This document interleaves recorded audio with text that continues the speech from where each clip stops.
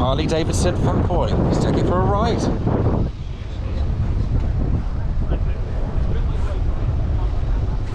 Brilliant, mate. Thank you. You know how you can start it off? Yeah.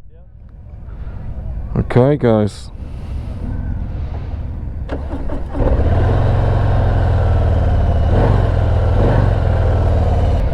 We've got self-cancelling indicators. Great big, everything's chunky on it. Foot semi-forward position. There we go.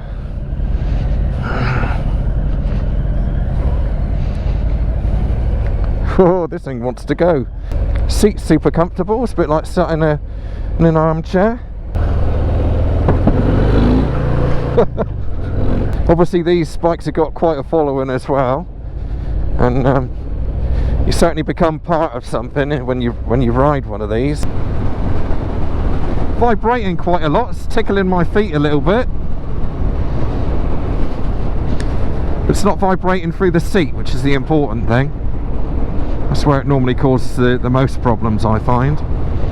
Gear indicator, 5th gear. Right, you go. Yeah, I've never ridden a bike that feels like this before. 4th gear, open it up. Rips your arms off, to be honest with you. And not too noisy either. I guess they got to stick with the regulations on that side of things, but I thought it was going to be a lot noisier than what it is. Shove it down a gear, 3rd gear, 40 miles an hour.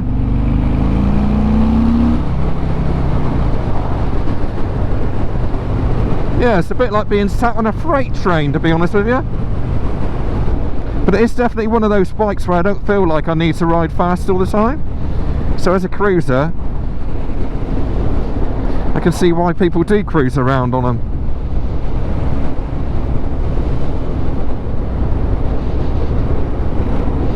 Now obviously, again, with the Harley finish, there's a lot of chrome on it, which I mean, if you got one of these in the garage, obviously that's what you take on board when you buy one, isn't it? Self-cancelling indicators as well, which is a bit strange, but a good safety feature, that, to be honest, isn't it, when you think about it.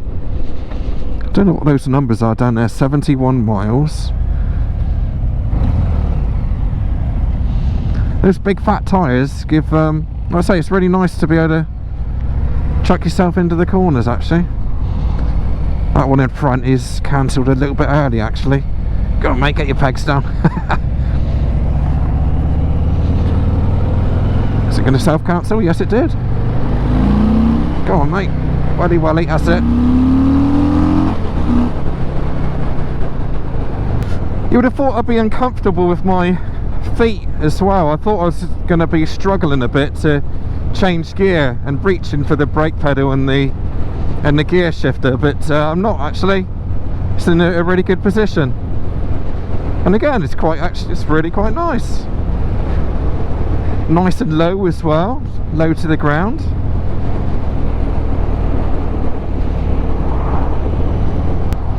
Wish I could do more on them, really, give them a bit of a shove.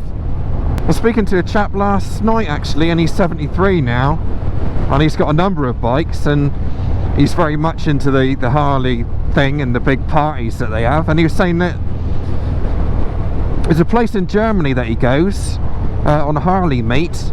I think he said there's like 8,000 or 9,000 people there, and basically there's a massive Great Lake and they shut it all down, and it's just a massive party, basically a load of topless dancers, and which I would hate that. Oh, that'd be awful. And see what the back brake's like. And yeah, just a really good community, the whole Harley thing. Slow speed is very easy because the tyres try and keep the bike stood up. I thought it'd be quite difficult to steer going at slow speed and wobble around a bit, but the steering is actually very light. I do like the way that when you go around a corner, the bike's trying to stand up again, because it gives you a bit more rideability. You know, you have to really chuck yourself into the corner and commit to it. God, I don't even know how much this bike is, but I'd imagine it's, I don't know, it must be 15, 18 grand at a guess. What I might do actually, I might put some of the spec on the screen if I can. Maybe at the end.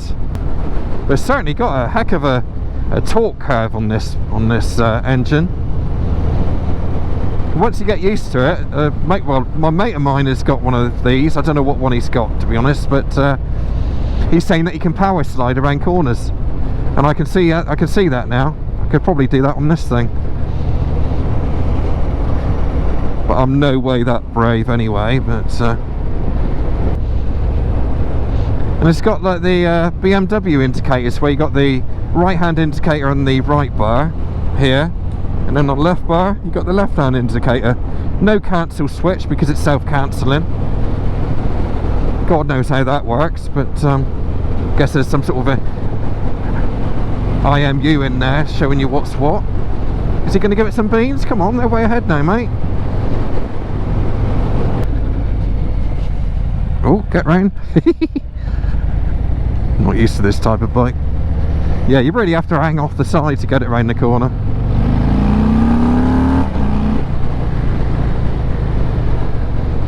Again, you look at Harleys and you think that they'd be really difficult to ride, and I honestly thought that I was going to struggle a bit with this, which is ironic when I've ridden, you know, literally, well, probably into 100 bikes now. But actually it's really not. It's much easier than what I thought it was going to be. I thought it was going to be less forgiving as well, more agricultural, and it's going to try and chuck me off in all directions, but it's not like that at all.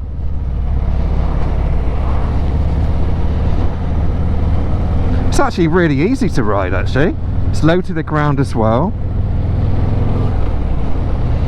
Plenty of power.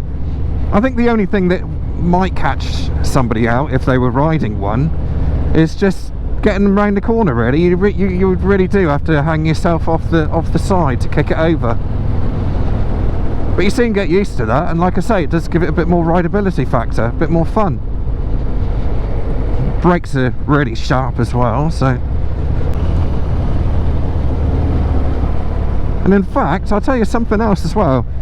With suspension, when you're sat on top of the springs and the shocks, on all the other bikes I've ever ridden, when you go over a bump, you really blimmin' feel it. It's rattly, it's hard, it goes right up through your back. But this bike here, I haven't had any of that actually. And again, I would expect I would do, through my experience, you know, like the Honda Rebel and things like that. You go over a bump, you really feel it. It goes right through the shocks and right through you. But this is I'm not getting anything like that at all on this bike. Could Harleys be underrated?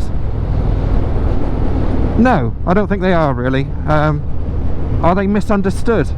Yes, I think that's the problem. I think Harleys are misunderstood. I wish I could get more Harleys, and you know, for long-term reviews, and I think they've got a lot to offer actually. I think the demographic has gone the wrong way over the years. Reputation's gone the wrong way, and they're trying to pull it back, obviously. Let people like me ride the bikes and understand them, because they, as I say, they are very misunderstood.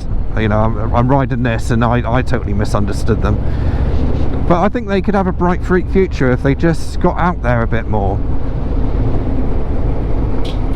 and made the machines more accessible. I mean, I haven't got any dealership near me. I think the nearest one is probably Plymouth, and I did get in contact with them quite a while ago, and they seemed like, oh yeah, you can try one and film it if you want, but it was a bit wishy-washy. But that's what they need to do. They need to, you know, let people like me have them, you know, get the exposure like what I'm doing now.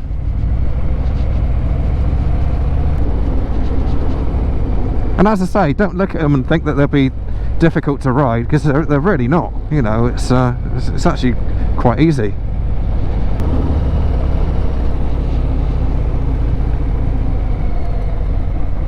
Oh, there you go. I really don't know where those pegs are. Oh, he's going for it.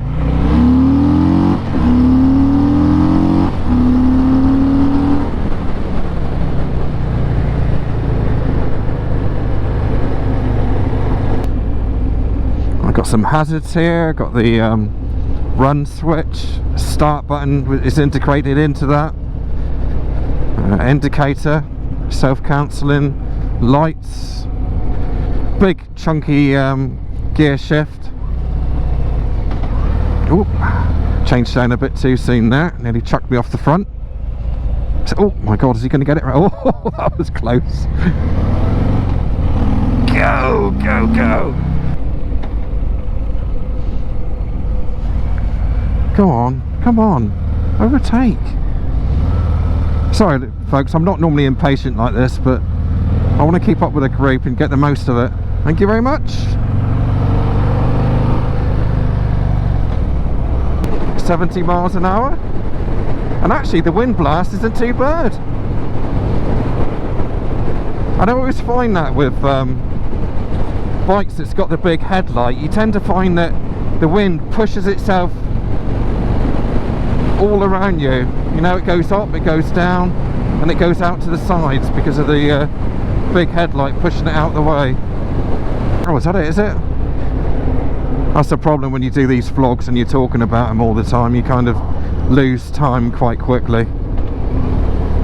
But it's always good for me to look back on as well. So another one off the bucket list.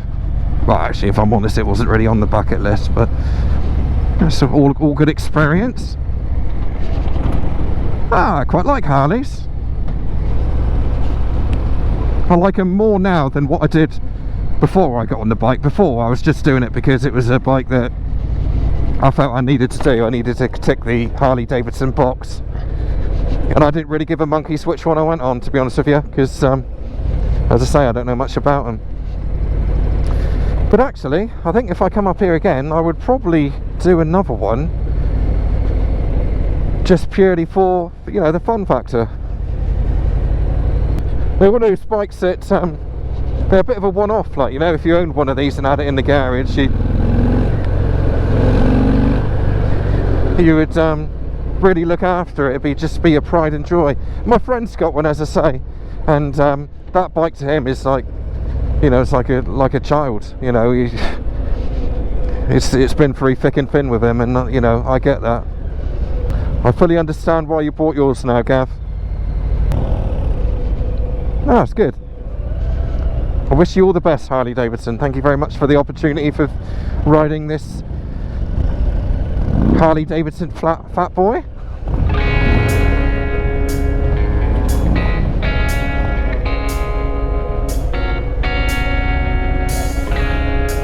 Oh, I thought this would be chucking me all over the place, but it isn't at all. Let's see what slow speed is like down here.